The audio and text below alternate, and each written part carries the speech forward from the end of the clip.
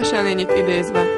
A törvényhatóságnak szebb hivatása nem lehet, mint az oltalma és gyámsága alá helyezett, arra rászorult földnépét a mabutaságból, melyben saját romlásáros veszélyére a tudatlanság tartja kiemelni.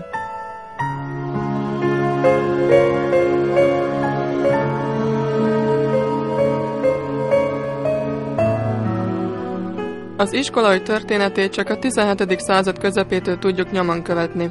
A városban a legnagyobb iskolafenntartó a református egyház volt.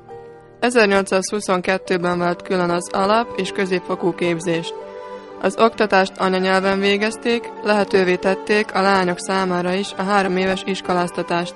A katolikusok iskoláját csak 1769-ben tudták megnyitni, és nagyon szerény módon működtetni. A katolikusok száma folyamatosan növekedett, oktatás téren továbbra is a reformátusoké maradt a vezető szerep. Kiskunhalasi oktatási intézmények. Általános iskolák, Fazekas Gábor utcai, Felsővárosi, Kertvárosi, Szűcs, Szent József, szakközépiskolák, II. Rákóczi Ferenc, Vári Szabó István, Bibó István gimnázium, Bács-Kiskun megyei önkormányzat Kiskunhalasi alapfokú művészetoktatási intézménye.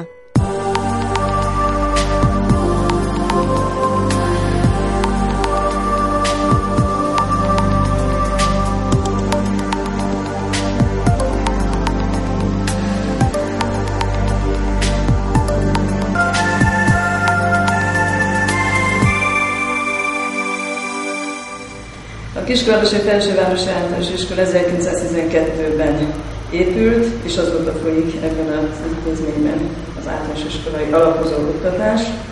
Tulajdonképpen jövőre, 2012-ben lesz 100 éves az iskola. Azóta nagyon sok minden történt, a gyerek létszám nagyon szépen alakult, felfejlődött, úgyhogy 1976-ban építettek a régi iskolaszállhoz, ott akkor egészen a II. Világháború végéig csak első 4 osztály volt elhelyezve, azt követően pedig felső tagozat is, illetve mikor itt megépült 1976-ban ez az új épület, így közel 1000 tanuló elhelyezése történt.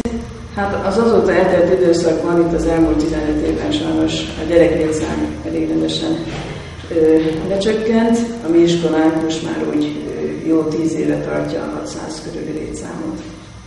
A halasi intézményhálózat rekonstrukciós munkáinak legnagyobb és leglátványosabb példája a Felsővárosi és a Szűcs iskola megújulása, melyre 2004-ben 210 millió forintot fordítottak. A II. Rákóczi Ferenc középiskola megkapta az Ötvös díjat, és az országban egyedülállóként 2-szer kapott szakképzési nívódíjat, melyhez egy tanulmányot járt az intézmény részére. A pedagógusok olaszországi szakmai úton vehettek részt, ahol tanulmányozták az olasz képzési rendszert. A Bibó István gimnázium 1995-ben épült. Körülbelül 600 diák látogatja az iskolát. A tevékenységi körük nagyon gazdag. Sok rendezvényt szerveznek az aulában és a sportcsarnokban, ilyen például a Bibó kupa, vagyis az éves nemzetközi kézilabda bajnokság. A Rotary International nevű szervezettel is kapcsolatban állnak.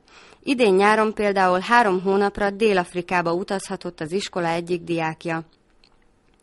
Az iskola 5 éve végez időjárási megfigyeléseket és vízminőségi méréseket. Ezzel az országban egyedülálló a tevékenységük.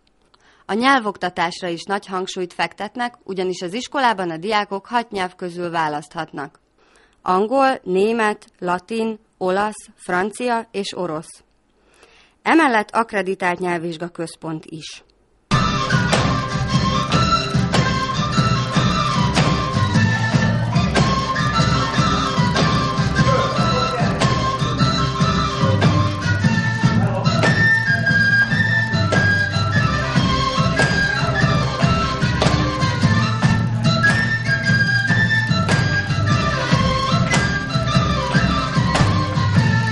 Mit jelent ön számára a tánc, és mit javasol a mai fiataloknak? Számomra mit jelent a tánc? Rövid leszek, azt mondom, hogy minden, az életet. Tehát azt gondolom, hogy az életem része. Tehát 3 éves korom óta ezt művelem, remélem még sokáig, és ha a tánc számomra nem létezne, akkor nem is tudom, hogy lehetne miről beszélni. Értem. Ez egyik szerelme. Értem. És mit javasolna A fiataloknak?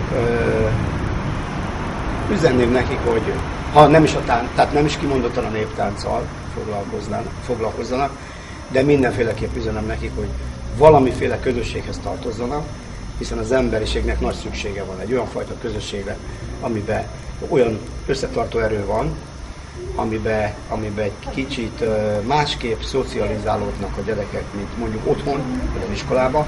Ugye mindenhol az iskolában is közösségben vesznek részt, de másfajta indítatást kapnak egy ilyenfajta iskolán kívüli közösségbe, mint iskolában vagy a családon belül is, és azt gondolom, hogy nagyon nagy szükség van arra, hogy egy ilyen családias kis baráti közösség létrejön, ennek óriási ereje.